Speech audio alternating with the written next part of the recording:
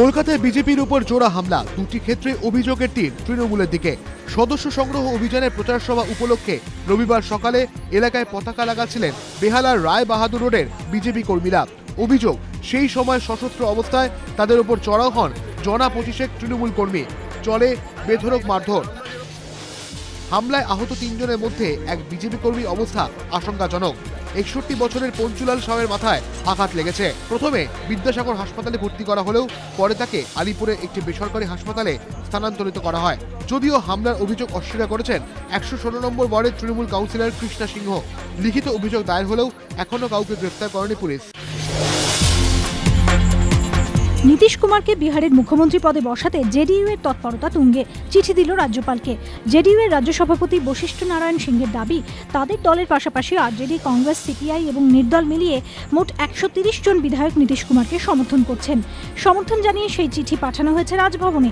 দলের তরফে জানানো হয়েছে, কাল রাজ্যপাল কেশরীনাথ ত্রিপাঠী পটনায় আসার পরে মুখ্যমন্ত্রী পদের দাবি জানিয়ে তার সঙ্গে কথা বলবেন জেডিইউ এর নতুন পরিষদীয় নেতা নীতিশ কুমার। ফের নির্যাতনের শিকার নাবালিকা। গড়িয়ার পর এবার ঘটনাস্থল পুরুলিয়ার আরশা। গ্রেপ্তার অভিযুক্ত।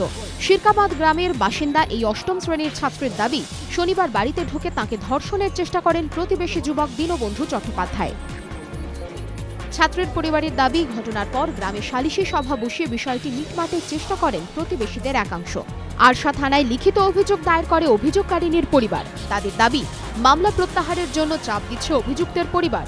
ছাত্রের বাবার আরও দাবি, অভিযুক্ত সরকারি কর্মী স্থানীয় ফরওয়ার্ড ব্লক নেতার ছেলে। বিশ্বকাপের মাঝে বিসিসিআই সভাপতি নির্বাচন। রবিবার চেন্নাইতে বোর্ডের ওয়ার্কিং কমিটির বৈঠকে সিদ্ধান্ত হয়েছে বিসিসিআই বার্ষিক সাধারণ সভা আগামী 2রা মার্চ। সেদিনই নির্বাচিত হবে বোর্ডের নতুন সভাপতি। এবার বোর্ড সভাপতি নির্বাচিত হবেন পূর্বাঞ্চল থেকে। এজিএম এর দিন ঘোষণা হওয়ার পরই শুরু নতুন অঙ্কের। শ্রেণী লড়তে না পারলে কি তার ব্যাটন ধরেই বোর্ড সভাপতি নির্বাচনে থাকবেন তারই কোনো ঘনিষ্ঠ, নাকি তাকে লড়াইয়ে ফেলে দিতে চাইছেন বিরোধী শিবিরের বাছা কোনো মুখ? দ্বিতীয়টির সম্ভাবনা বেশ কম বলেই রবিবার পর্যন্ত খবর। শনিবার চেন্নাইতে শ্রেণীর দেওয়া নৈশভোজে জগমোহন ডালমিয়ার অনুপস্থিতি নিয়ে জল্পনা তৈরি হলেও সূত্রে খবর, সিআইবির ভোট নাকি রয়েছে শ্রেণীর পকেটেই।